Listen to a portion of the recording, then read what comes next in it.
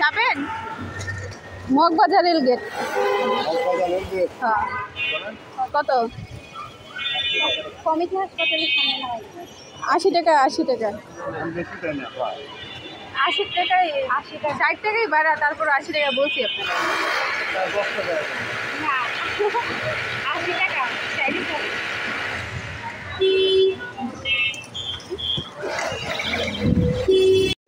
তো চলে যাচ্ছি আমাদের খিলগাঁও এলাকার উপর দিয়ে মগবাজার যাচ্ছি, আর বিশেষ করে মগবাজার কমিটি হাসপাতালে যাচ্ছি।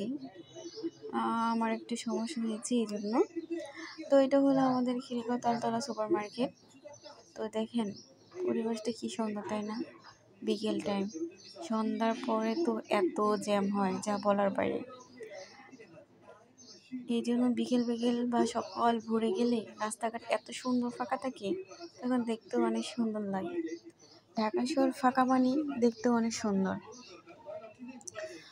তারপরে যে কথা সে কাজ, যাচ্ছি সব কিছু আজকে দেখতে অনুভূতি, মানে অন্যরকম একটা অনুভূতি। অনেকদিন পরে রিক্সা দিয়ে ঘুরতে বেরোলাম, ঘুরতে বলতে আর কি, চলেন যাই।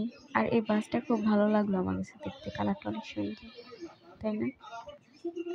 চলে আসছি আমাদের চৌধুরীপাড়া এলাকায়।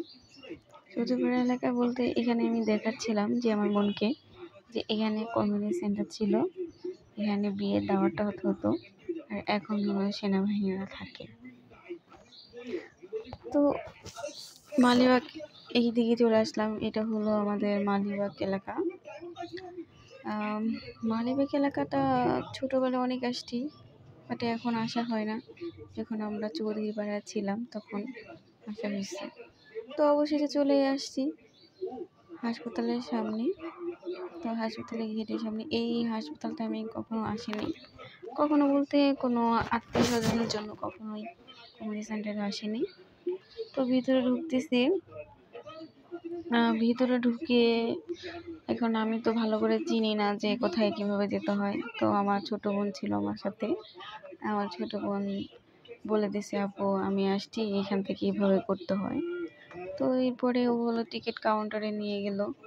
প্রথমে ওনার টিকিট কাটলাম, টিকিট কাটার পরে এখন ওয়েট করছি ডাক্তারের জন্য। তো রুমের ভিতরে মহিলা ছিল আরেকজন, পরে ওয়েট করতেছি, কি করব, বসেছিলাম অনেকক্ষণ বলতে 10 মিনিট বসেছিলাম। ভাগ্যটাও ভালো ছিল, আজকে খালি ছিল। তারপরে বসে থেকে দেখলাম যে ডাক্তার এখনো আসেনি। তো ডাক্তার দেখিয়ে পরে কি করলাম, চলে গেলাম। এখন বলতেছি চল রেল লাইনের সামনে দিয়ে হেঁটে যাই। রেল লাইনের সামনে দিয়ে তো অনেক দিন হাঁটি না। তো দুজনে সুন্দর হেঁটে কিছুই খাইনি, বলতে হলো এখানের পরিবেশটা আমার কাছে ভালো লাগলো না।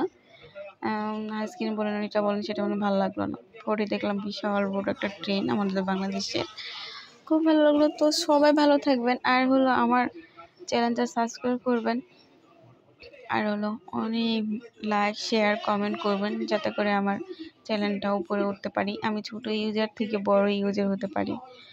তারপরে খেয়ে নিলাম গ্যানের রস। আমার এটা কিন্তু খুব ভালো লাগে, রাস্তায় লেবু শরবত হচ্ছে, এটা খুব